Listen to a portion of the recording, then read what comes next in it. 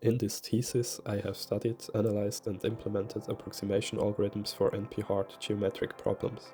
Approximation algorithms are algorithms which approximate solutions to problems that cannot be solved exactly in a reasonable amount of time. The key aspect of an approximation algorithm is that we have a guarantee of accuracy. This guarantee of accuracy is measured with a so-called approximation factor.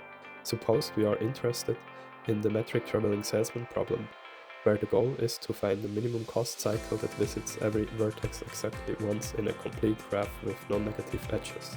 The Christofides algorithm with a factor of 1.5 finds a solution that has a cost of at most 1.5 times the optimal cost. We can see this demonstrated by this program.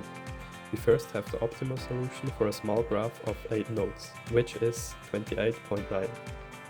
Therefore, the solution found by the Christofides algorithm is guaranteed to be within the range of 28.9 and 43.35. The second group of problems that were studied in this thesis are called clustering problems, known as k-center, k-median, and k-means.